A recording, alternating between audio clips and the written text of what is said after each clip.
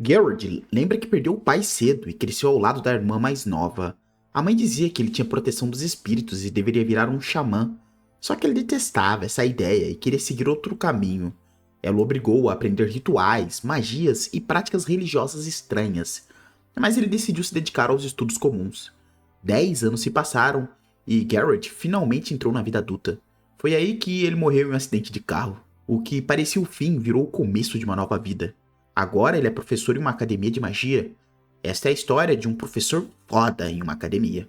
A jornada começa no Império Exilion, em direção à capital. Garrett embarca em um trem rumo a Landerborg. Ele apresenta a sua passagem e segue para o quarto vagão. O destino é a terceira cabine daquele vagão. Lá dentro, um homem de cabelos brancos já o esperava. Garrett se senta e os dois passam a viajar juntos. Enquanto isso, o trem corta uma região coberta de neve. Garrett lê uma notícia sobre o fim da guerra civil no reino de Utah. A facção da princesa saiu vencedora do conflito. O passageiro confirma a notícia e puxa a conversa. Ele se apresenta como Rudiger Gelsia. Garrett diz que não tem sobrenome e finge ser de nobreza caída. Rudiger pergunta para onde ele está indo. Garrett responde que segue para a capital, famosa pela engenharia mágica. Seu verdadeiro destino, porém, é Letberg. Rudiger revela que acabou de entrar para a Academia Thorn. Ele acha Garrett jovem demais para alguém tão habilidoso.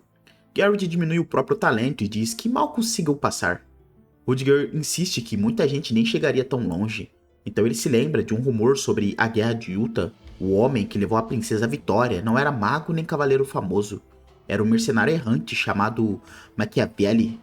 Garrett reage com tranquilidade e trata a história como um rumor. Mas aquele era um dos nomes que ele usava antes de mudar de identidade. Rudiger pergunta se Garrett assumirá uma turma assim que chegar a Thorn. Ele responde que ficará responsável pelos alunos do segundo ano. A informação deixa Rudiger ainda mais surpreso com suas habilidades. Logo depois, uma explosão sacode o trem. Os dois tentam entender o que acabou de acontecer. Rudiger estranha, o motor deveria estar protegido por magia. Garrett percebe que não foi um acidente. Para ele, aquilo é uma emboscada. Rudiger imagina que os criminosos querem roubar passageiros ricos, mas Garrett nota que existe um mago entre os atacantes. Rudiger sugere se esconder ou fugir até a guarda chegar. Garrett decide investigar antes que a situação piore. Ele percebe que os dois são os únicos passageiros no quarto vagão. As outras pessoas parecem ter permanecido em suas cabines protegidas. Rudiger alerta que essa proteção não serve mais depois da explosão. Com a barreira externa rompida, nenhum compartimento está seguro. Mesmo assim, Garrett segue pelo corredor com sua bengala. Uma nova explosão arrebenta uma porta diante deles. Um homem mascarado invade o corredor. Garrett o derruba com uma descarga mágica. Ele garante que só deixou o avisor desacordado. Garrett pretende interrogá-lo para descobrir qual o seu plano. O mascarado ri, mostrando que não está derrotado. Ele ameaça matar todos os passageiros. O criminoso revela explosivos presos ao próprio corpo. O contador da bomba já está quase no final. Rudiger grita para Garrett se afastar. A bomba explode e destrói parte do vagão. Rudiger sobrevive entre os escombros, mas procura por Garrett. Ele encara o buraco aberto no trem, sem saber o que houve com o jovem. O trem continua avançando enquanto a fumaça toma o corredor. Rudiger vê o estrago deixado pela explosão. Ele chama por Garrett, preocupado.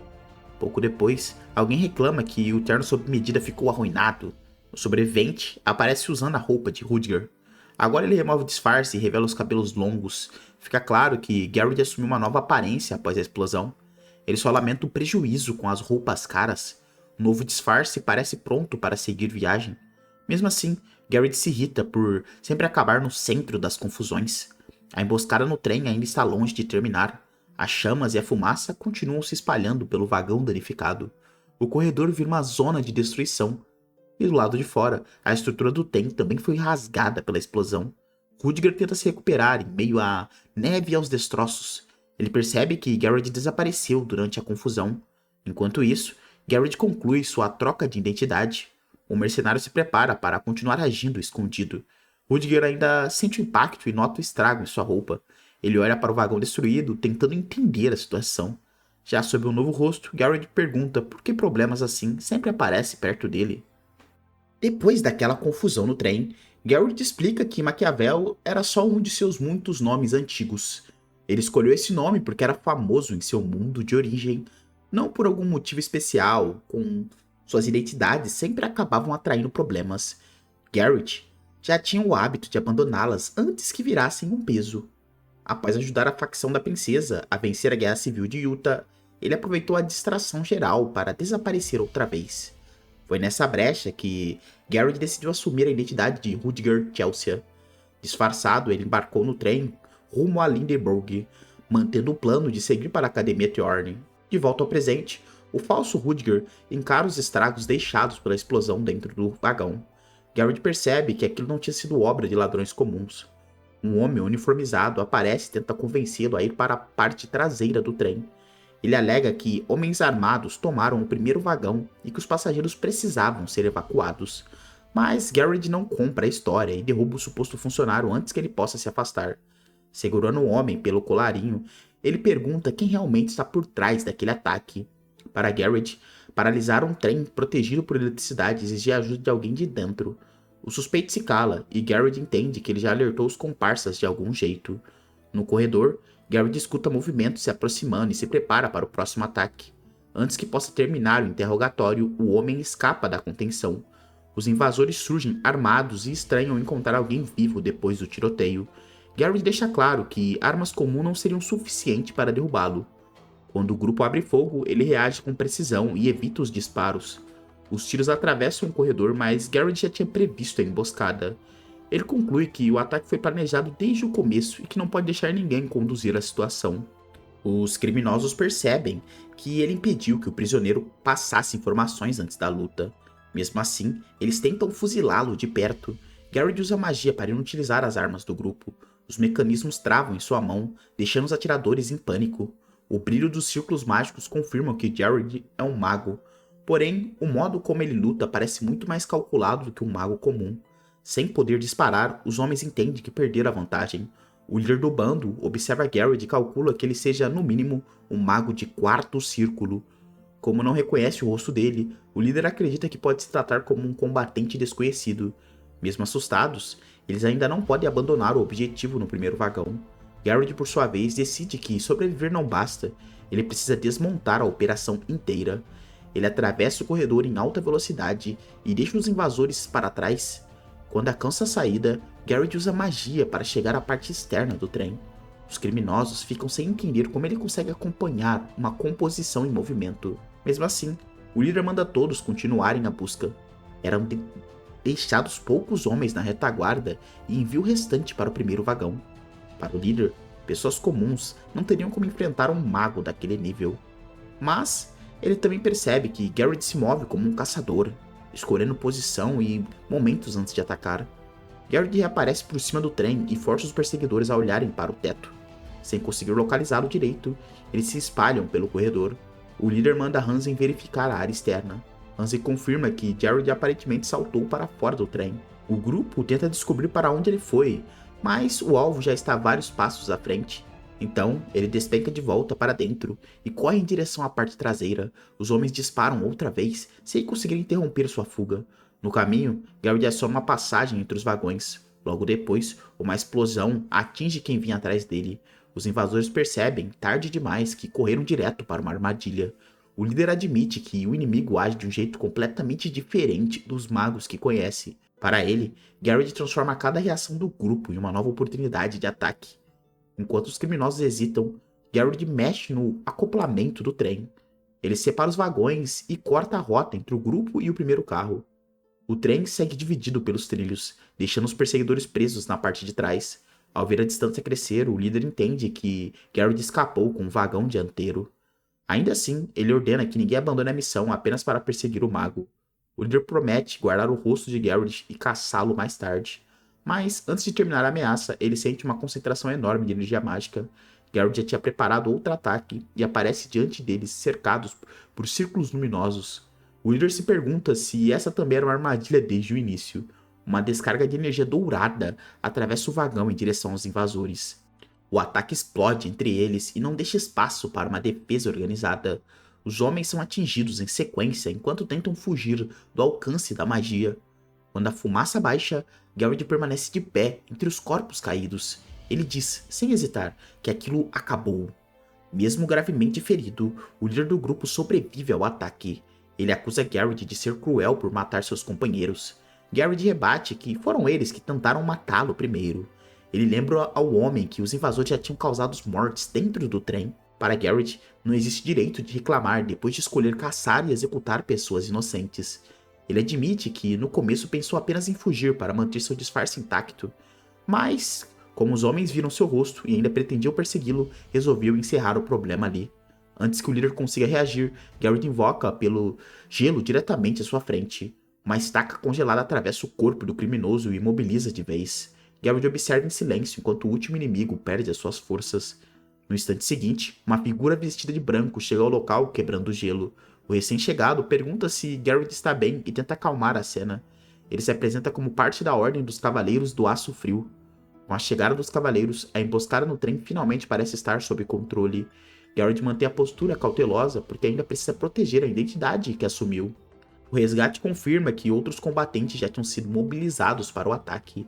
Entre os destroços e os corpos, Garrett deixa a luta para trás sem revelar quem realmente é.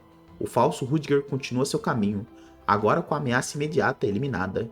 Mas a operação organizada dentro do trem indica que alguém maior pode estar por trás dela. A cena se fecha com os Cavaleiros do Aço Frio tomando conta do vagão. Garrett observa a chegada deles e calcula seu próximo passo em silêncio. A identidade de Rudiger ainda serve como sua única proteção para alcançar Theorn. Enquanto isso, os rastros da emboscada permanecem no trem como prova de que a viagem está longe de ser segura. E mesmo depois de vencer o confronto, Garrett sabe que novos inimigos podem surgir a qualquer momento.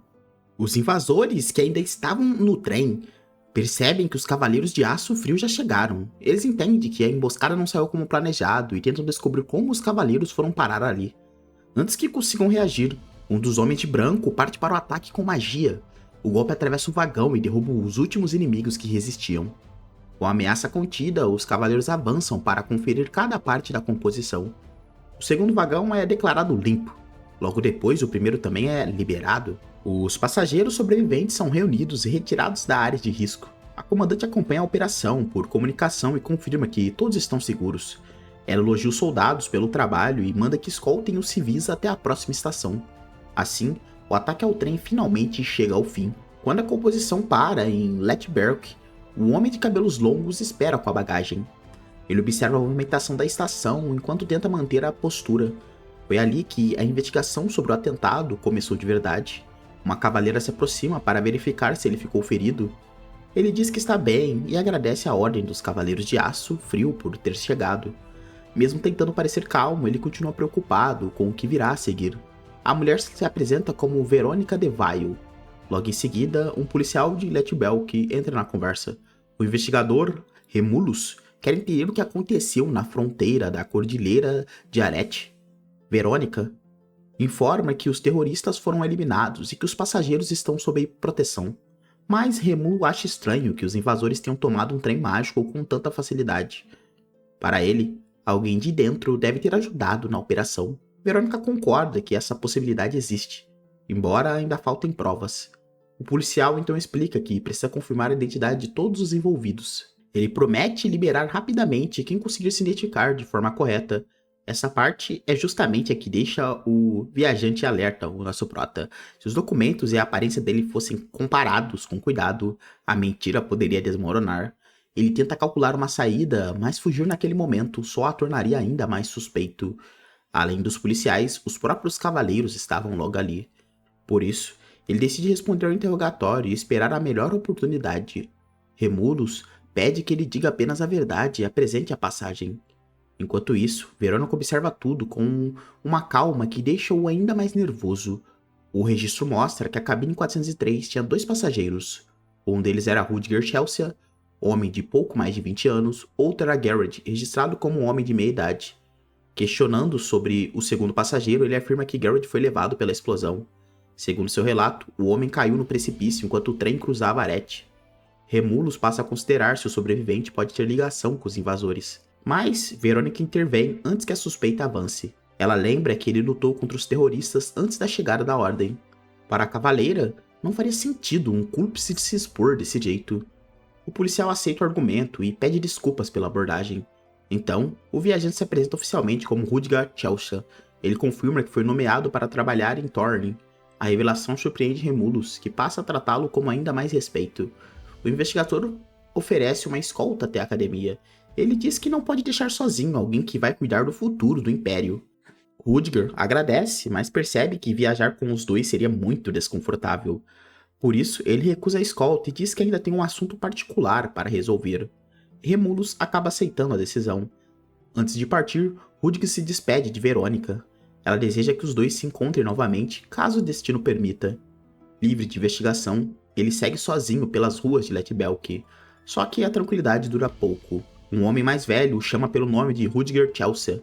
Ele se apresenta como Will Ford, funcionário da academia Tower. Will Ford explica que foi buscá-lo assim que soube do ataque ao trem e, aliviado por vê-lo vivo, convida Rudiger para entrar na carruagem. O falso Rudiger aceita a carona, mas percebe que aquele funcionário não parece comum. A maneira discreta como Will Ford se move faz que ele desconfiar que o homem seja um cavaleiro. Mesmo assim, ele entende que escapar usando uma desculpa fraca seria pior. Se tentasse sumir agora, atrairia atenção imediata. Então, ele resolve seguir com a identidade que já está funcionando. O fato de as técnicas de fotografia daquele mundo serem ruins também ajuda a manter a farsa. Durante o caminho, ele conclui que precisa se salvar antes de pensar em qualquer outro plano. Enquanto Garrett for considerado morto, ele será como um fantasma naquele país, ou seja, poderia desaparecer ou ser levado para longe sem que ninguém o reconhecesse. Por enquanto, ter uma identidade definida parece a opção mais segura. Ele decide continuar agindo como Rudiger Chelsea e esperar uma oportunidade melhor. Pouco depois, a carruagem finalmente chega ao seu destino. Do lado de fora, surge a enorme estrutura de Thorn. Rudiger se surpreende ao ver que a academia é muito maior do que ele imaginava. Will Ford pega a passagem e diz que vai levá-lo diretamente até a reitora. Sem tempo para explorar o lugar, ele segue pelo enorme prédio. O interior de Thorn é tão grandioso quanto a entrada. Enquanto atravessa os corredores, ele se prepara para manter o personagem até o final. Diante da porta, ele se apresenta mais uma vez como Rudiger Chelsea. Ele explica que veio porque a reitora pediu sua presença. Do outro lado da sala, uma mulher o espera em silêncio. Ela finalmente ergue o rosto para receber o novo professor. A mulher diz que estava esperando por Sir Rudiger. Ela se apresenta como Elisa Willow. Elisa revela ser a reitora da Academia Thorn. Assim, Rudiger entra oficialmente no lugar onde terá de sustentar sua nova identidade, e o primeiro encontro entre o falso professor e a reitora começa. Elisa pergunta se Rudiger ficou bem depois do ataque no trem. Ele responde que a Ordem dos Cavaleiros apareceu a tempo e resolveu a situação. A reitora fica aliviada, pois seria um problema enorme perder o novo professor antes mesmo do início das aulas. Mas Rudiger percebe que Elisa fala do assunto com uma tranquilidade estranha. Desde que entrou em Thorn, ele sente que há algo em comum naquela mulher. Por um instante, ele até se pergunta se ela já percebeu que ele não é o verdadeiro Rudiger. Só que Elisa afirma que é a primeira vez que os dois se encontram. Ela apenas comenta que o novo professor é alto e bonito. Sem saber como reagir, ele agradece o elogio e tenta manter a pose. Elisa então entrega o contrato para confirmar as condições do trabalho. O vínculo será de 2 anos, com hospedagem fornecida pela academia. Rudiger começa a ler tudo, procurando algum detalhe escondido. O valor do pagamento chama sua atenção na mesma hora. São 30 moedas imperiais de ouro por mês. Na conta dele, aquilo equivale a uma fortuna. Elisa pergunta se os termos estão aceitáveis. Ele tenta parecer indiferente, mas por dentro vê a proposta como um grande golpe de sorte. Ao mesmo tempo, entende que Thorn espera muito dos próprios professores. Mesmo sem dominar grandes poderes, ele não pode recusar de repente, sem levantar suspeitas. Então, resolve aceitar o papel e fingir que sabe exatamente o que está fazendo. O contrato é assinado e Elisa passa a chamá-lo oficialmente de Professor Rudiger. Ele aperta a mão da reitora e pensa que só precisa sobreviver ali por 2 anos. Assim que o prazo acabar, pretende recuperar a liberdade. Agora, a identidade de Rudiger Chelsea passa a ser a sua única proteção. Thorn lhe dá 3 semanas antes do começo do semestre. Além disso, a academia empresta uma mansão inteira para ele ficar. Sentado na nova casa, ele percebe que virou o professor de fato da academia. Já se passaram 27 anos desde que ele reencarnou naquele mundo. Ele relembra que começou apenas com as memórias da vida passada, sem nenhuma habilidade especial, e que precisou sobreviver praticamente sozinho por causa dos próprios pais. Depois de tantos problemas, ele nunca imaginou que acabaria como professor de Thorn. Para ele, o emprego é falso, mas também é uma saída necessária.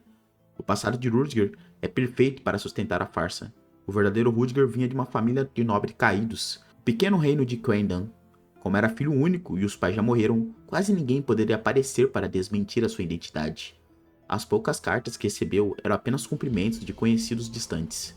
Por isso, ninguém deveria saber de verdade quem Rudiger era. Convencido de que esse é o disfarce ideal, ele decide preparar as aulas e estudar Thorn. Só que o cansaço e a fome vencem antes que qualquer plano mais elaborado apareça. Ele resolve deixar o resto para o dia seguinte e procura um restaurante. 2 semanas passam enquanto ele reúne informações e prepara as aulas. Com 1 semana para o semestre começar, ele acredita estar pronto para a parte difícil. Enquanto toma um café, uma figura encapuzada finalmente se aproxima.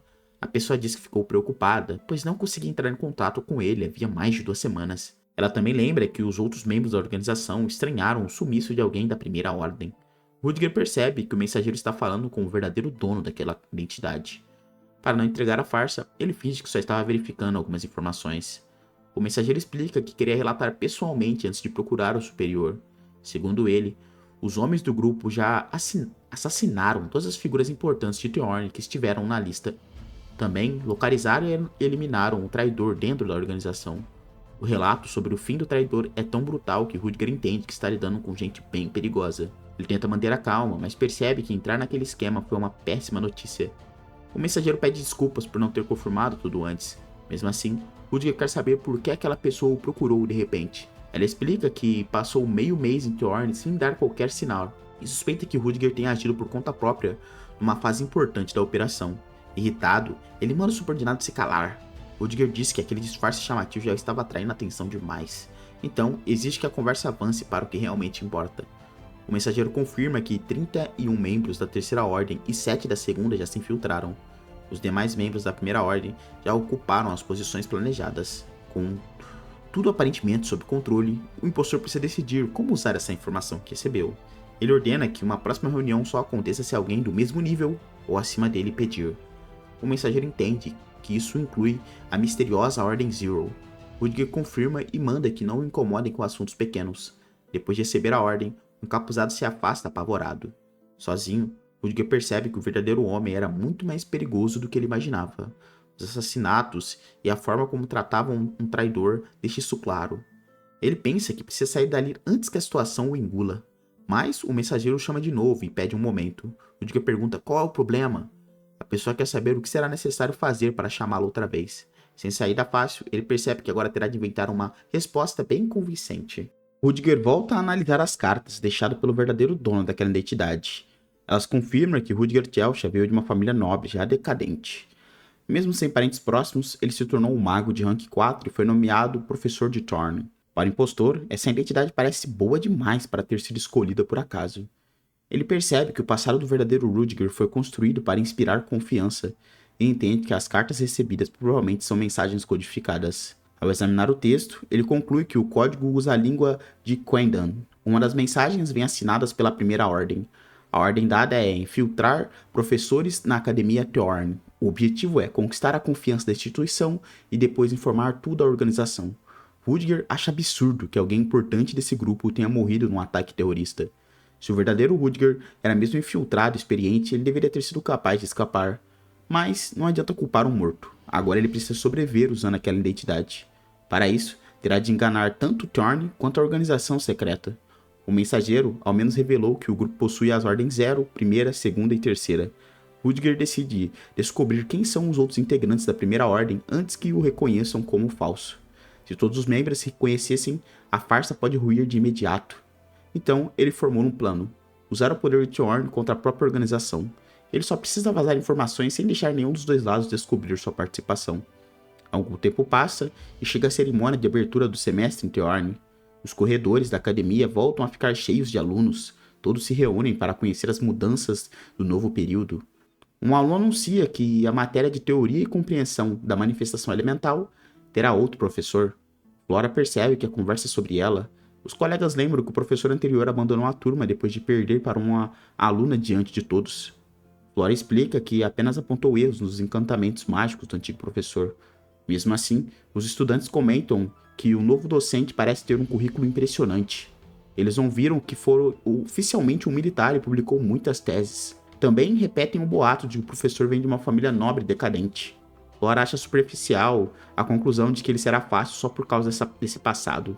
Nesse instante, Rudiger entra no auditório. O burburinho morre assim que todos o veem caminhar até a frente da sala. Ele se apresenta formalmente como o novo professor Rudiger Chelsea. Os alunos ficam atentos diante da postura impotente do recém-chegado. Rudiger explica que ainda é o período de ajustes dos horários. Por isso, em vez de iniciar uma aula comum, ele fará alguns anúncios. A disciplina dele tratará de manifestação, mas não ficará só na teoria. Rudiger promete focar no uso prático em combate e abre a turma também para alunos do primeiro ano que quiserem se inscrever. Parte da classe se incomoda com a ideia de dividir espaço com calouros. Uma aluna loira pede para ele explicar melhor o motivo dessa decisão. Rudiger sente que já viu a garota em algum lugar. Ele responde que, como educador, quer ensinar todos de forma igual, independente do ano. A jovem insiste que será difícil aceitar uma mudança tão grande sem detalhes. Rudiger não entrega tudo e manda os interessados aparecerem na próxima aula. Então, ele anuncia uma última advertência aos alunos. Quem entrar pensando que terá boas notas por causa de um professor novo, vai se arrepender. Com seriedade, ele praticamente pede para que não se inscrevam em sua turma. Por dentro, Rudiger admite que preparou as aulas, mas preferia lidar com menos alunos. Ele aposta que veteranos orgulhosos não vão querer estudar ao lado de calouros, e acredita que a promessa de uma aula difícil também afastará curiosos. Assim, ele encerra a apresentação e pergunta se alguém tem dúvidas. Ninguém diz uma palavra, e Rudiger sai do auditório sem ser pressionado. No corredor, ele se surpreende porque preparou respostas para perguntas sobre seu passado. No fim, o silêncio dos alunos foi muito melhor para manter a sua mentira. Mas, o Prota percebe que talvez os alunos tenham evitado perguntar de propósito. Ele se pergunta se foi sério demais e acabou ferindo o orgulho da turma. Quando olha para trás, vê vários estudantes seguindo-o em silêncio. Suas suspeitas se confirmam. Eles estavam mesmo esperando uma chance de falar com ele depois da cerimônia. Antes que alguém se aproxime, uma mulher de cabelos rosados chama Rudiger. Ela se apresenta como Celina, outra nova professora de Theorn. Rudiger a cumprimenta, mas seu olhar mostra que ele parece reconhecê-la. Celina pergunta se há algo errado. Rudiger finalmente se lembra do que iria perguntar a ela. Ele pergunta se Celina já comeu. A conversa fica em suspense quando ela responde que já comeu. Então, Brino se apresenta como professor responsável pelas aulas de invocação de golems. Merilda assume as matérias de encantamento, ilusões, maldições e dissipação de maldições. Rudiger também se apresenta como professor de manifestação. Ele pergunta se aquilo é uma reunião para os novos professores se conhecerem. Merilda comenta que Rudiger é ainda mais bonito por perto, e ele só agradece sem graça. Um professor de cabelo azul e óculos observa a cena de longe. Selena identifica que o homem Chris Benmurray. Ela também comenta que Chris é nobre. Rudiger percebe que há um nobre e 3 professores plebeus no grupo. Mesmo com posições sociais diferentes, todos são referências nas próprias áreas. Por isso, ele suspeita que outro membro da primeira ordem possa estar entre eles. Só que entrar primeiro na academia não prova nada, e ele não pode confiar nos comentários dos colegas. Chris decide que não quer continuar naquela reunião. Ele diz que só apareceu para ver como eram os professores novos. Para Chris, Rudiger é apenas um nobre caído, cercado de plebeus. O professor de óculos manda ninguém envolvê-lo naquele grupo. E faz questão de dizer que Rudiger deve parar de agir como se fosse superior. Merilda acha absurda a forma como Chris despreza os outros só por status. Ela convida Rudiger e Brino para comerem juntos sem se preocupar com Chris.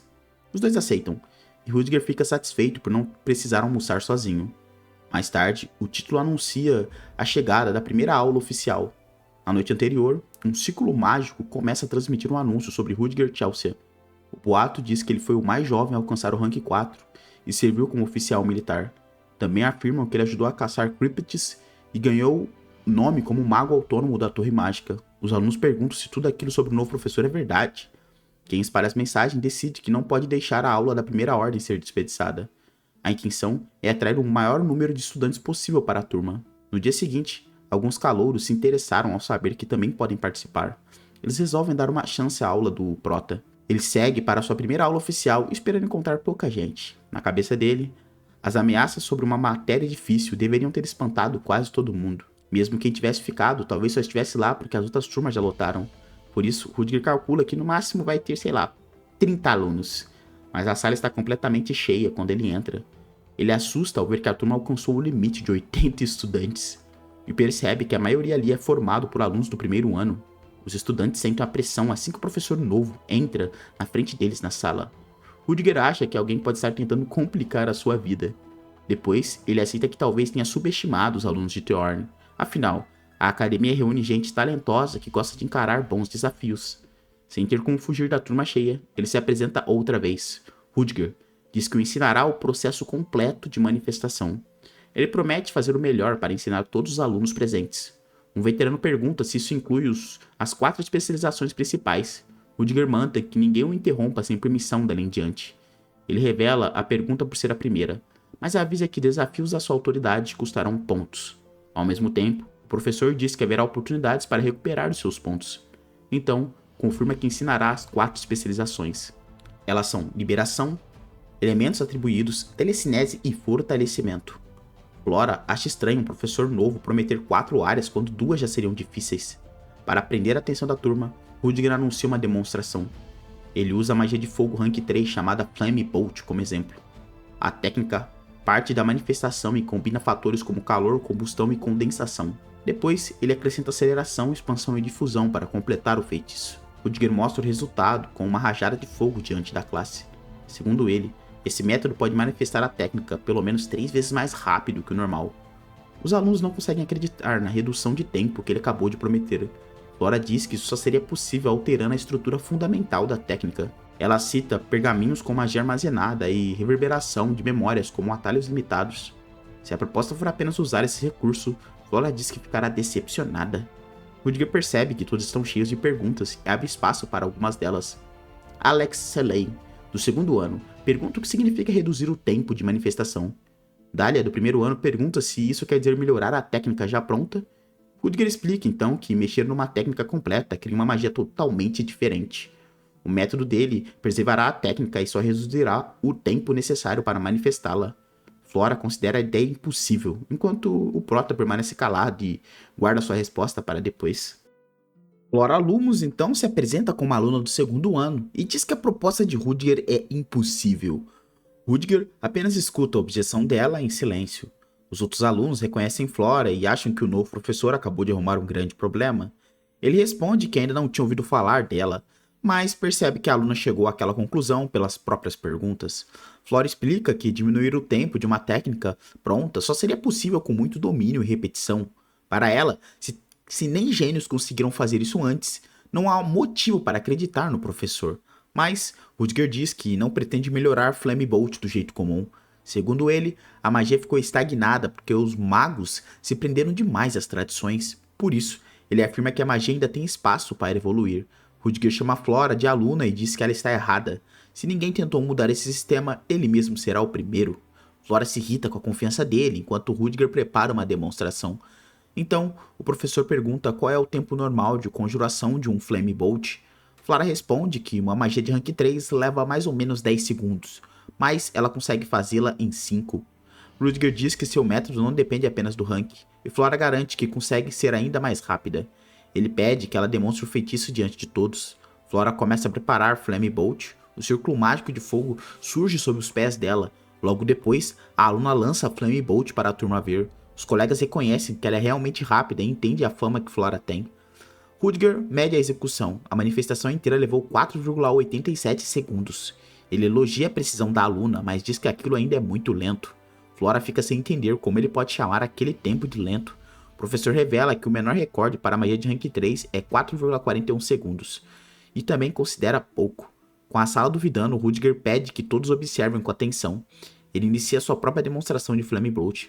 Flora percebe que os movimentos dele não parecem as da técnica original. Mesmo assim, uma manifestação se completa num instante. A turma se choca porque o feitiço surgiu em menos de 1 segundo. Flora percebe que ele não pulou nenhuma etapa necessária para conjurar a magia. Rudiger pergunta se todos viram e se oferece para repetir. Ele refaz o gesto e a magia se forma outra vez. Flora e os demais ficam sem reação diante da nova prova. Desta vez, Rudiger mede o tempo. Flame Bolt foi manifestado em exatos 0,24 segundos. Mas ele explica que há um detalhe estranho. A primeira técnica usada não era Flame Bolt. Na verdade, Rudiger usou uma técnica para acionar outra técnica. Os estudantes não entendem o que isso quer dizer. Então, ele define uma técnica como algo que produz um resultado previsível a partir de uma entrada. Para explicar, Rudiger compara o corpo de um mago a um hardware e o poder mágico a dados. As técnicas seriam os programas que ativam a magia, e ele chama esse princípio de Source Code. Flora fica impressionada e começa a se perguntar quem Rudiger realmente é. Quando ele pergunta se ela ainda tem dúvidas, a jovem admite que sim. Rudiger aponta que ela interrompeu a aula porque estava fechada demais a novas ideias. Flora concorda com a crítica, então o professor classifica a atitude dela como um desafio à sua autoridade. Por isso, Flora recebe uma punição de 10 pontos. Cherry e os outros alunos se assustam ao ouvir que Flora será punida, mas Rudiger acrescenta que a demonstração de Flamebolt dela foi perfeita. Como recompensa, ela ganha 10 pontos. Rudiger diz que não desgosta de estudantes talentosos e chama Flora de excelente. Ela agradece e a turma percebe que a recompensa anulou a penalidade. Cherry pergunta se Flora está bem. Flora diz que está bem e agradece a preocupação da colega. Cherry se surpreende com a mudança de atitude dela. Mesmo assim, Flora continua pensando no que acabou de aprender. Então, Rudiger retoma sua aula. Ele promete ensinar Source Code aos alunos que estiverem bom desempenho, mas avisa que quem quiser aprender terá de estudar bastante. A possibilidade de dominar aquele método deixa os estudantes impressionados. Um deles pensa que todos falavam mal de Rudiger, mas agora entende que fez bem em entrar em Thorn. Quando o horário termina, Rudiger encerra a aula. Antes de sair, ele manda todos voltarem e revisarem o conteúdo. A turma comenta que não esperava conhecer Source Code logo no primeiro dia. Enquanto isso, um aluno observa a empolgação dos colegas em silêncio. Ele critica os estudantes por exibirem as próprias limitações. Para esse rapaz, o espanto dos plebeus só mostra porque eles são inferiores. O contraste entre o entusiasmo da turma e o desprezo dele fica claro. Flora também deixa a sala pensativa depois da explicação do professor. Source Code muda completamente a impressão que os alunos tinham da aula. Assim, a primeira aula de manifestação chega ao seu fim. Mas o novo método de Rudiger já começa a despertar reações bem diferentes dentro de Thorn. Depois da aula de Rudiger, Aiden fica sozinho até chamar a atenção de um aluno loiro. O rapaz acha que Aiden zombou dele, mas o garoto nega. Então ele se apresenta como o filho mais velho do Barão Félio e reage com hostilidade. Antes que a situação piore, Léo intervém e reconhece a origem nobre de Félio. Félio se irrita porque um plebeu como Aiden ousou contrariá-lo. Ele até prepara a varinha para fazer o garoto pagar. Mas Léo manda que ele tente tacar dali mesmo. Léo lembra que Thorn não vai ignorar uma agressão só porque o Félio é um nobre. Além disso, há vários estudantes vendo tudo aquilo. Félio percebe que não pode agir livremente com tantas testemunhas ali. Então ele recua, mas ameaça que Aiden vai sofrer as consequências. Quando Félio vai embora, Aiden respira aliviado perto de Léo. Ele agradece a ajuda e se apresenta como Aiden. Léo responde com o próprio nome e diz que só se irritou com a arrogância de Félio. Aiden o chama de gentil, mas Léo não gosta nada desse comentário. Ele decide ir embora e não demonstra interesse em fazer companhia. Mesmo assim, Aiden tenta chamá-lo para irem juntos. Léo pergunta se ele ao menos sabe para onde está indo. Aiden nota o livro da próxima aula nas mãos dele. Léo diz que vai para outra sala e manda Aiden fazer o que quiser. Antes de sair, ele ainda recomenda que Aiden deixe de ser tão ingênuo. Em Thorn, o garoto será visto como caipira, plebeu e incapaz de aprender magia direito. Léo explica que o segundo ano reúne estudantes muito poderosos e cita Flora Lumos. Aiden reconhece a garota que confrontou Rudiger durante a aula. Léo conta o rumor de que Flora fez o professor anterior de manifestação deixar o seu cargo. Depois ele cita Erendir von Elchilion, a terceira princesa do Império. Para Léo, alunos comuns não deveriam se envolver com gente da realeza. O último nome é Proibden Wolberg, líder de um grupo de nobres do segundo ano. Léo diz que Proibden vem de uma das 3 grandes famílias ducais e é melhor não entrar em conflito com ele de jeito nenhum. Aiden percebe que Félio também pertence àquele grupo. Léo pergunta se falta alguém e não sabe se Aiden é corajoso ou apenas tolo. Aiden até convida Léo para almoçar, mas recebe outra recusa. Enquanto isso, o Prota cruza os corredores de Thorn. Ele nota que a reação dos alunos à sua aula foi melhor do que esperava. Na visão dele, aquele mundo tem magia, mas sua ciência lembra a Terra do século XIX. Foi por isso que Source Code funcionou.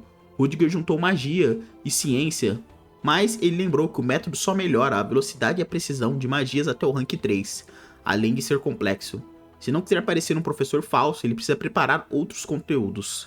Logo depois, Rudiger chega ao escritório que recebeu. Ele abre a porta do novo espaço, só que Selina já está esperando por ele lá dentro. Ela dá boas-vindas ao professor e pergunta o que ele achou daquele lugar. Selina explica que Thorn oferece um espaço pessoal a cada professor e diz que ele pode usar o escritório como bem quiser. Rudiger pergunta por que ela está ali. No fundo, ele só quer saber o motivo daquela visita inesperada. Selina responde que, como chanceler, precisa cuidar de todos os professores. Mesmo assim, Rudiger estranha a calma dela e acha o encontro perturbador. Selina diz que os outros professores também se surpreenderam. Mas ele foi o último que ela visitou. Isso faz Rudiger pensar que ela pode estar observando mais de perto. Como chanceler e reitora, Selina provavelmente conhece os movimentos estranhos dentro de Theorn. Por isso, Rudiger teme que ela o associe à organização secreta, mesmo sem ele pertencer a ela. Selina comenta que ele aceitou alunos do primeiro ano na turma. O Prota confirma que não queria limitar a aula a uma série específica, mas ela diz que não está criticando e que aprova o método de ensino dele. Selina observa que alguns calouros têm magias em comum e pergunta se ele já recebeu a lista dos alunos. Ela também pede para ele tomar cuidado, porque uma princesa estuda naquela turma. Rudiger percebe que a princesa mencionada é uma das suas alunas. Selina afirma que tem grandes expectativas sobre ele. Depois de ouvir os comentários dos alunos, Rudiger fica um pouco menos preocupado. Ele oferece chá, mas Selina recusa porque ainda precisa trabalhar. Ela se despede, desejando que Rudiger continue o bom trabalho. No corredor, Selina encontra um homem mais velho, então ela pergunta o que ele achou de Rudiger. A pergunta seguinte é direta: será que aquele professor é confiável? Selina mantém a dúvida enquanto observa o homem. O encontro no corredor continua em silêncio. Assim, a confiança em Rudiger vira uma nova questão dentro daquela academia. E logo, o ar fica suspeito ali. Selina deixa o corredor depois da conversa e Rudiger passa a ser avaliado de perto dentro de Thorn. Selina admite a Wilford que ainda não sabe se Rudiger é confiável. Ela desconfia de algumas pessoas, mas ainda não tem nenhuma pista concreta. Wilford esperava que Selina chegasse a uma resposta depois de visitá-lo. O problema é que Rudiger não reagiu ao olhar dela e mostrou uma força de vontade bem comum. Por isso, Selina começa a cogitar que o atentado ao trem pode ter servido para trocar alguém durante o caos. Então, ela pergunta a opinião de Wilford. Ele diz que ainda não sabe, mas Rudiger certamente não é uma pessoa comum. Wilford chama isso de instinto de um homem velho. Selina confia nesse instinto, mas decide continuar observando Rudiger. Enquanto isso, ele ri sozinho ao lembrar da entrevista particular. Rudiger entende que Selina o interrogou, mas não sabe o que fez para despertar a suspeita. Então, ele volta a analisar a lista dos estudantes. Flora Lumos aparece como a caloura mais nobre da turma e Rudiger imagina que ela não levaria mal à punição anterior. Ele também lembra que há alguns impressionantes, incluindo uma princesa de Exilion, mas o nome de Aidan chama sua atenção. Rudiger acha que já viu aquele garoto em algum lugar. Como não consegue lembrar, ele decide pensar nisso depois. Por enquanto, Rudiger sabe que não pode baixar a guarda. Ele até considera voltar a lidar com a associação secreta. Afinal, o homem que o chamou de integrante da Primeira Ordem aceitou sua aparência alterada sem estranhar. Se o verdadeiro Rudiger for especialista em disfarce e infiltração, ser descoberto seria um desastre. Por isso, ele decide fazer o melhor como professor por enquanto. Logo depois, um funcionário entrega o cronograma de patrulhas. Rudiger descobre que a vez dele de fazer ronda chegou. Ele aceita o dever noturno como se não fosse nada demais. À noite, o professor chega a um pátio da academia e ouve uma discussão. Uma aluna loira exige que a outra estudante repita o que disse, mas a garota responde que não tem motivo para sair de um espaço livre. Ela manda o grupo ir embora caso esteja tão incomodado. A loira se irrita por uma plebeia responder e a chamar de vulgar. A outra aluna diz que Theorn não divide pessoas por títulos ou sangue. A nobre chama aquele pensamento de ingênuo e a trata como Miss Dinema. Os colegas riem e repetem que os de classe inferior avançam rápido. Dinema percebe que ninguém está disposto a ouvir o que ela diz, então pergunta se será perdoada caso haja como eles querem. Ela se afasta e a nobre pensa que a plebeia finalmente obedeceu, mas Dinema continua andando e ignora a ordem. Furiosa, a nobre empunha a varinha e a chama de cachorro. Logo depois, ela lança magia contra Dinema. O feitiço avança pelo pátio enquanto os outros estudantes chamam por Dinema. A garota tenta se proteger do ataque, mas a magia se desfaz antes de conseguir atingi-la. A nobre e seus colegas procuram quem interrompeu o feitiço. Rudiger aparece e pergunta o que eles pensam que estão fazendo. A agressora tenta dizer que aquilo era apenas treino. Dinema rebate que aquilo não pode ser chamado de luta. Rudiger diz que criar um problema desse no começo do ano é tratar Theorn como piada. Dinema reconhece que o professor acabou de ajudá-la. Ele explica que só daria uma advertência se fosse uma luta justa, mas aquilo foi um ataque unilateral. A nobre insiste que agiu para proteger a honra do nome da família. O Rudiger responde que todos os estudantes de Theorn são iguais. Mesmo assim, ela se recusa a ignorar o caso e manda Dinema acompanhá-la. Antes de sair, a garota chama Rudiger de nobre caído sem importância. Os outros alunos ficam tensos enquanto Dinema observa o professor. Então, Rudiger pergunta o que ela acabou de dizer. Ele se vira para a nobre com uma expressão que muda completamente o clima. A provocação agora é direta contra o próprio professor. e o conflito no pátio fica longe de terminar. Rudiger permanece diante da estudante que o insultou. Dinem e os outros aguardam a reação dele. A tensão cresce entre os dois lados. Assim, a ronda noturna de Rudiger se transforma em um novo problema. O pátio fica em silêncio depois daquele insulto, e a resposta do professor fica em xeque. A dúvida fica no ar se isso daria um confronto. Rudiger continua encarando a sua aluna. Rudiger faz uma pequena pergunta que deixa a nobre sem reação nenhuma. Depois de ouvir aquele insulto, Rudiger encara a aluna loira com uma pressão tão pesada que ninguém ao redor consegue reagir, então ele manda a garota repetir o que acabou de dizer. Raine e os outros alunos já percebem que a situação ficou séria. Sem desviar os olhos, Rudiger caminha na direção da nobre, enquanto o salão inteiro acompanha cada passo em silêncio. Mesmo assustada, ela repete que ele é um bastardo vindo de uma família nobre decadente. Com medo do que pode acontecer, uma das estudantes chama a professora Celina para intervir. Celina corre até Rudiger e tenta detê-lo, mas ele levanta a mão antes que ela consiga terminar a frase. E é assim que vemos mais um momento de tensão. Rudiger coloca a mão no ombro da garota, porém, em vez de explodir de raiva, ele começa a responder com uma calma assustadora. A primeira coisa que ele faz é admitir que ela está certa, deixando a aluna completamente confusa. Rudiger confirma que pertence a uma nobreza decadente, só que aquele lugar é a Academia Theorn, e ali ele ocupa o cargo de professor. Por isso, o insulto não atinge apenas sua origem, a garota também está questionando a autoridade de um professor dentro da própria academia. Mesmo assim, Rudiger considera que ela ainda é jovem e pode estar tendo dificuldades para se adaptar a um ambiente novo, então ele deixa o insulto passar com uma advertência. Já a agressão contra os colegas é outra história, e por isso ela ainda receberá uma punição adequada. Depois de resolver essa parte, Rudiger pergunta a Raine se ela machucou. Quando a garota responde que está bem, ele fica aliviado. Com a situação controlada, ele entrega o restante do caso à professora Celina. E sem prolongar a discussão, Rudiger simplesmente se afasta do grupo. Raine, porém, fica parada pensando em um detalhe. Mesmo com tantos alunos, aquele professor lembrava exatamente do nome dela. Ela era apenas uma plebeia no meio de uma turma com 80 estudantes. Mas ainda assim, Rudiger não a tratou como alguém relevante. Foi aí que ela entendeu o que significa ser um estudante de Theorn. Dentro daquela academia, pelo menos diante de Rudiger, a origem de uma pessoa não deveria colocá-la acima ou abaixo de outras. A primeira impressão que ela teve do professor realmente foi assustadora, mas depois do que acabou de acontecer, ela sente que pode confiar nele e segui-lo como seu professor. Com a motivação renovada, a garota promete se esforçar dali em diante, só que naquela mesma noite, Rudiger enfrenta um problema bem mais pessoal.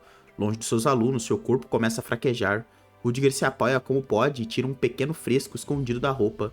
Assim que toma o remédio, os sintomas diminuem. Sem aquilo, ele sabe que teria se metido em uma situação muito complicada. Por puro azar, a confusão entre os alunos aconteceu justamente quando seu estado estava piorando. Rudiger admite que quase passou vergonha na frente de todo mundo. Os primeiros sinais surgiram ainda no campo de treinamento. Naquele momento, porém, ele conseguia suportar o desconforto. Depois, os sintomas ficaram mais fortes e ele precisava sair rápido. Mas quando ouviu a aluna gritando e atacando os colegas, não conseguiu fingir que não viu nada. No fim, Rudiger acredita que conduziu bem a situação. O único receio é que seu rosto tenha parecido estranho enquanto tentava esconder o mal-estar. O problema é que aquele era o último fresco que ele havia levado. Economizando bem, o conteúdo deve durar apenas uns 5 dias. Talvez ele precise usar magia nesse intervalo, e buscar mais remédios na farmácia da academia deixaria um registro com seu nome. Para alguém que vive escondendo a própria identidade, permitir que esse segredo seja investigado seria perigoso demais. Por isso, Rudiger decide entrar em contato o mais rápido possível com a pessoa que pode conseguir mais medicamentos para ele. Na manhã seguinte, durante uma refeição com Celina e Marius, Rudiger ouve uma história curiosa e pergunta-se se elas estão falando de um lobisomem. As duas confirmam na mesma hora e, pelo entusiasmo delas, aquele boato parecia ser o assunto do dia. Alguns alunos que foram a Outback na noite anterior teriam visto uma figura escura atravessando os telhados no meio da neblina. Para Rudiger, a descrição soa como uma simples lenda urbana da cidade. Celina concorda que pode ser só isso, mas acrescenta que uma pessoa dentro de Theorn também afirma ter visto a criatura. A testemunha pode ter se enganado, mesmo assim, fenômenos estranhos realmente acontecem por causa da magia acumulada na academia, e até existem as chamadas 7 histórias de fantasma de Theorn. Rudiger se surpreende ao descobrir que esse conjunto de histórias existe de verdade. Quando comenta que Celina parece estar bastante séria sobre os fantasmas, a professora fica imediatamente sem graça. Ela começa a explicar toda atrapalhada, que só pesquisou o assunto para ter temas de conversar com os alunos. Rudiger precisa avisar que estava apenas elogiando o conhecimento dela.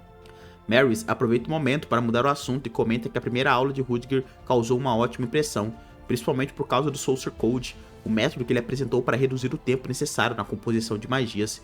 Enquanto os três conversam, as vários professores espalhados pelo refeitório prestam atenção naquela mesa. Mary pergunta se os rumores são verdadeiros e Rudiger confirma que Source Code realmente funciona. As duas ficam impressionadas com a existência de uma técnica tão fora do comum. Elas não são as únicas, os outros docentes continuam observando, todas curiosos com a magia do novo professor. Rudiger logo percebe os olhares e tenta entender por que chamou tanta atenção. Mary explica que os rumores se espalharam muito rápido e que praticamente todos ali estão interessados no método dele. Mesmo ouvindo isso, Rudiger não demonstra nenhuma empolgação especial. Selene e Mary perguntam se foi seguro revelar uma técnica tão única, já que ele poderia patenteá-la na Torre Mágica. Rudiger responde que não tem interesse nisso. Por dentro, ele sabe que uma patente pode atrair traições e tentativas de roubo. A conversa só mudaria se a própria torre viesse procurá-lo primeiro. Além dos curiosos, Rudiger já tem professores abertamente contra ele. O pior é Chris Murray, que o encara como se pudesse matar alguém apenas com os olhos. Depois de tudo isso, Rudiger volta a pensar no boato do lobisomem. Quando a noite cai sobre Ladybug, ele vai até a cidade para conferir a história pessoalmente. Rudiger espera sozinho em uma rua estreita. O tempo passa e ele começa a achar que seu contato está atrasado. Então decide verificar os arredores, sem demonstrar que uma criatura enorme já está se aproximando pelas costas. O suposto lobisomem se agacha e prepara um ataque surpresa. No instante seguinte, a criatura salta em toda a força na direção de Rudiger, mas ele desvia com tranquilidade e responde com um único golpe certeiro.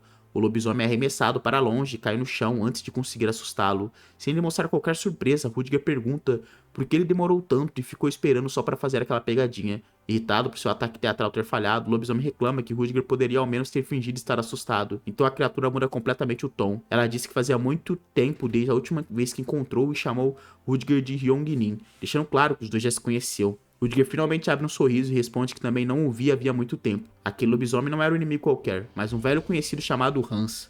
Depois de reencontrar Hans, Rudiger comenta que o rapaz continua arranjando confusão como antigamente e pergunta o que aconteceu dessa vez. Hans reclama que não escolheu acabar naquela forma ridícula. Segundo ele, tudo começou quando um cachorro nos braços de uma mulher se lançou direto para cima dele. Rudiger não segura a risada e diz que Hans realmente nasceu para ser engraçado. Mas para Hans isso parece mais uma maldição. Sempre que o animal o morde, ele absorve os genes da espécie e se transforma contra a própria vontade. Seja um gato ou até um Lulu da Pomerânia, bombado. Deixando a zoeira de lado, Hans pergunta pelo antídoto. E Rudiger entrega uma seringa com líquido verde. Ele aplica a dose na mesma hora porque não dava pra passear pela cidade com aquela aparência. Aos poucos, os pelos desaparecem e Hans recupera seu corpo humano. Aliviado, ele admite que sem a ajuda de Rudiger passaria dias presos na transformação, assim como aconteceu quando os dois se conheceram. Naquela época, Hans havia percebido uma missão para subjugar um criptídeo, mas apareceu transformado num chihuahua gigante. Por sorte, o caso foi resolvido antes que aquilo o matasse. Rudiger aproveita para avisar que agora atende pelo nome de Rudiger Chelsea, exatamente como estava escrito na carta enviada a Hans. Só que Hans ainda quer saber quando ele inventou a identidade de professor de Theorn e por que o encontro mudou da capital para Ladybug. Para Hans, escapar de uma situação dessas foi impressionante. Rudiger, porém, responde que apenas fez o necessário para continuar vivo. Hans ainda acha engraçado ver o velho conhecido dentro de uma organização secreta. Então Rudiger revela que o grupo se chama Primeira Ordem. Ao ouvir esse nome, Hans começa a vasculhar a memória. Recentemente, uma nova organização apareceu no submundo e seus integrantes também usavam algum tipo de título ligado a uma ordem. Rudiger conclui que só pode ser o mesmo grupo e pergunta como ele se chama. E a resposta finalmente vem, Black Dawn. O nome confirma as suspeitas de Rudiger. Hans ainda o alerta que uma única falha pode destruir seu disfarce e por isso o professor pede a mala que mandou trazer. Hans entrega tudo intacto. Dentro do estojo estão os remédios de Rudiger, enquanto Sheridan provavelmente continua esperando por ele depois de toda aquela confusão. Só então o Prota percebe uma inconsistência. Se Hans já estava na cidade havia 2 dias, não fazia sentido ter pedido que ele esperasse tanto tempo. Hans fica sem entender de onde saiu aquela história. Rudiger explica que os rumores sobre o lobisomem começaram anteontem, mas Hans garante que chegou a Ladybug somente naquele dia. Os dois ficam em silêncio porque isso significa que a criatura vista antes não era Hans. Ao juntar as peças, Rudiger sente uma presença acima deles e levanta o olhar. Hans percebe a reação do companheiro e também olha para o alto. Rudiger confirma que existe mais alguma coisa naquela região. No topo de uma chaminé, uma enorme silhueta animalesca observa a cidade sob a lua cheia. Dessa vez não é uma transformação azarada de Hans, mas um lobisomem de verdade. Hans quer sair dali antes de ser notado, Rudiger impede o movimento, pois qualquer passo chamaria a atenção da criatura, que parece procurar por uma presa. Enquanto espera, ele examina o monstro com cuidado e percebe que uma placa metálica pendurada por uma corrente em seu pescoço. Rudiger entrega a mala para Hans e avisa que vai conferir aquilo de perto. Só então Hans entende que o maluco pretende capturar o lobisomem. O objeto brilhante parece ter sido colocado ali de propósito, o que levanta uma pergunta ainda mais perigosa. Quem fez isso com a criatura? Para descobrir, o Prota prepara o velho revólver que carregava consigo. Hans não havia aquela arma desde a época em que Rudiger trabalhava ativamente como caçador de criptídeos. Naqueles tempos, ele também usava um pseudonome que Hans quase havia esquecido, Van Helsing. O nome completo era Abraham Van Helsing. O lobisomem finalmente percebe a presença dos dois e se vira na direção deles. Mesmo assim, Rudiger avança calmamente pelo beco. A criatura mostra as presas e solta um rosnado ameaçador, então ele abandona a chaminé e despenca com tudo. O monstro aterrissa bem diante de Rudiger, levantando poeira do chão. Furioso, ele assume uma postura de ataque. De perto, Rudiger confirma que aquilo no pescoço é uma contenção. Seja quem for o responsável, claramente existe muita coisa escondida por trás desse lobisomem. E para conseguir as respostas, ele decide capturar o monstro vivo. A criatura ataca primeiro e desfere um golpe pesado contra Rudiger, mas círculos azuis surgem ao redor dos pés do professor, que escapa no último instante. O lobisomem continua golpeando sem parar enquanto Rudiger gira ao redor dele e desvia de tudo com movimentos precisos. Quando a sequência termina, o professor reaparece completamente ileso. Irritado com a provocação, o monstro concentra toda a força numa investida frontal. Rudiger nem se preocupa em sair do lugar, em vez disso ele sorri e libera uma onda azul por todo o beco. O ataque invisível atravessa a criatura e faz seu corpo inteiro estremecer. Sem conseguir resistir, o lobisomem desaba no chão. Ele se contorce e urra de dor, como se o próprio cano estivesse sendo esmagado. Escondido atrás das paredes, Hans não entende porque o monstro começou a agir daquele jeito. Rudiger explica que produziu um som supersônico que humanos comuns não conseguem ouvir. Para a audição de um lobisomem, porém, o efeito é devastador. Com a criatura imobilizada, ele guarda o revólver e prepara uma seringa. Afinal, não precisa desperdiçar uma bala de prata cara se quer capturá-lo vivo. Agora, basta aplicar a dose e descobrir onde alguém produziu um monstro como aquele. Só que antes da injeção, várias vozes começam a ecoar na entrada do beco. A polícia ouviu o barulho e está chegando ao local. E claro, que eles tinham que aparecer justamente na pior hora possível. Por um instante, Rudiger desvia a atenção da criatura. Essa pequena abertura é suficiente para o lobisomem saltar para os prédios, e Rudiger imediatamente lança uma corrente atrás dele. Com um puxão forte, o professor direciona a corrente para o alto e parte em perseguição. O gancho se prende numa construção e deixa o caminho preparado. Enquanto o lobisomem alcança o telhado, Rudiger usa a corrente para subir atrás dele. Sob a luz do sol, o antigo Abraham Van Helsing promete que não vai deixar essa presa escapar. Enquanto os guardas percebem que tem alguém correndo pelos telhados, a ordem é deter qualquer pessoa suspeita naquela área. Só que o Prota e o lobisomem já estão longe, avançando pela cidade numa velocidade difícil de se acompanhar. A criatura salta de uma construção para outra, tentando abrir distância do perseguidor, mas Rudiger aterrissa logo atrás e deixa claro que não pretende perder aquela presa de vista. O professor admite que seu plano inicial era apenas subjugar o lobisomem. Agora, porém, os dois estão frente a frente no alto de um dos prédios. E diante daquela resistência, Rudiger conclui que não tem outra escolha. Sem perder mais tempo, ele parte para o ataque. O lobisomem usa a própria agilidade para escapar do primeiro golpe.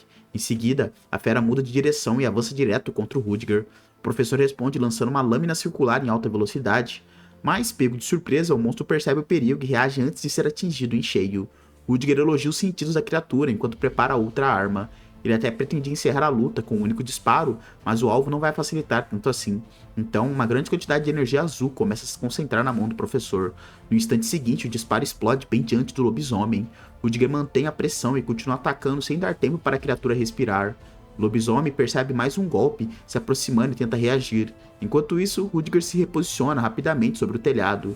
A fera volta a correr, mas o professor acompanha cada movimento dela. Antes que o lobisomem consiga escapar, outro ataque corta o seu caminho. Rudiger aproveita a abertura, chega bem perto e acerta o monstro em cheio. O impacto é forte o bastante para lançar a criatura para longe. E antes que ela consiga se recuperar, o professor já prepara o próximo disparo. Mesmo ferido, o lobisomem ainda tenta pegá-lo de surpresa com as garras. Só que Rudiger bloqueia a investida e reúne energia para encerrar aquilo de uma vez. O golpe final atravessa o telhado e a perseguição finalmente chega ao fim. Pouco depois, Hans anda sozinho pelas ruas, reclamando que quase foi pego. Rudiger tinha dito que capturaria o lobisomem, mas até agora não havia voltado. No meio da reclamação, Hans percebe alguma coisa vindo em sua direção. De repente, o corpo ensanguentado da criatura cai bem na frente dele e arranca um grito do rapaz. Rudiger aparece logo atrás e pergunta se ele ficou surpreso. Hans responde que o infeliz deveria ao menos avisar antes de surgir do nada e quase fazê-lo derrubar a bagagem. Depois do susto, Hans confirma que aquele é o lobisomem de antes e pergunta se o corpo será deixado ali. Rudiger diz que não precisa mais dele, porque sua investigação já terminou. Na verdade, ele só carregou a criatura até ali porque queria surpreender o companheiro. Após examinar o corpo, Rudiger descobriu que aquilo nem sequer era um criptídeo verdadeiro, era apenas uma cobaia artificial criada por alguém. Com essa confirmação, ele decide adiantar partes do plano. Hans imediatamente pergunta quais são esses planos. Rudiger explica que os dois precisam encontrar um lugar para se estabelecer. Aquela cidade é mais conveniente que a capital e, de qualquer forma, ele terá de permanecer ali por algum tempo. Thorne, organizações secretas desconhecidas, lunáticos fazendo experimentos e gangues espalhados por uma cidade enorme. Com tanta confusão ao mesmo tempo, a atenção de todos ficará dividida. Então Hans deve reunir apenas as informações mais importantes. Hans se assusta ao descobrir que fará isso sozinho. Como Rudiger está sob suspeita e não pode se movimentar livremente, só resta ao companheiro mantê-lo informado até a hora de ele agir. Mesmo contrariado, Hans aceita a missão, afinal, coletar informações sempre foi sua especialidade. Rudiger sabe que não pode esperar tudo se resolver naturalmente e precisa reunir aliados o quanto antes. Criar um lobisomem naquela época já seria absurdo, e a marca do experimento prova que uma força nada além do comum estará atrás disso. Por enquanto, pelo menos, aquela criatura foi eliminada e Rudiger espera sinceramente não precisar se envolver mais em nenhum problema. Só que a tranquilidade dura muito pouco. Uma notícia revela que o assassino de Leeuwenburg continua ativo. 5 novas mortes ocorreram no domingo, e o total de vítimas já passou de 10. Segundo as testemunhas, o responsável parecia uma fera assustadora de pelo preto. A polícia chama o culpado de assassino enlouquecido e promete prendê-lo rapidamente, mas os moradores da cidade continuam apavorados. Para Rudiger, uma coisa não fecha. Ele eliminou o lobisomem no sábado, enquanto as novas mortes aconteceram no domingo. Então, será que existia mais um lobisomem? Antes que consiga pensar mais no assunto, um chamado mágico urgente surge diante dele. Pouco depois, todos os professores de Thorne estão reunidos ao redor de uma grande mesa. Assim que Rudiger entra, uma professora de cabelo rosa o avista e chama para que ele se aproxime. Os outros docentes reconhecem o recém-chegado na mesma hora. Alguns comentam sobre a magia impressionante que ele inventou, enquanto os outros só lembram que Rudiger Chelsea é um nobre caído. Sem perder tempo, a professora pergunta se ele já ouviu a notícia. 2 alunos do primeiro ano foram atacados na noite anterior. Os 2 ainda estão vivos, mas ficaram gravemente feridos. Os cortes parecem marcas de garras, e um dos jovens acordou dizendo que uma fera assustadora havia atacado os 2. Para ela, isso confirma que o rumor da semana passada era verdadeiro. Ainda mais porque outras vítimas já apareceram em Leeuwenburg. Antes que a conversa continue, a professora Maris pede silêncio, pois a chanceler está chegando. A colega explica baixinho que Maris é responsável por farmacologia e já leciona em Thorne há mais de 20 anos. Logo depois, a reitora entra na sala e caminha até o centro da reunião. Ela conta que convocou todos com urgência porque recebeu a notícia de que um agressor entrou recentemente em Thorne. Na noite anterior, 2 alunos novos foram gravemente feridos. O culpado ainda é desconhecido, mas o relato das 2 testemunhas apontam para um lobisomem. Nesse momento, o professor Hugo Boruteg se levanta e declara que isso é impossível. Na opinião dele, a chanceler está enganada sobre o criptídeo. Sem demonstrar surpresa, ela pergunta se Hugo tem alguma coisa a dizer. Ele começa lembrando que Thorne é uma academia construída em território protegido pelo poderoso Império Exilion. Por isso, Hugo ridiculariza a ideia de que um lobisomem circula naquele lugar e chama tudo de historinha assustadora espalhada entre os estudantes. A chanceler recorda que existem 2 vítimas. Hugo garante que ouviu perfeitamente e diz que é justamente por causa delas que não acredita que seja um lobisomem o culpado. O motivo é simples para ele. Os 2 jovens atacados pertencem a famílias de nobres. A chanceler apenas observa, esperando que o professor termine aquela explicação maluca. Então Hugo revela sua verdadeira suspeita. Para ele, o culpado é um aluno da própria Thorne, mais especificamente um aluno plebeu. Opa, você chegou até o final, provavelmente você gostou muito da obra, né, cara? O que você faz? Olha aqui em cima, vai ter alguns manhwas diferentes. Dá uma olhadinha neles, talvez você goste. Deixa aquele seu like e obrigado por assistir.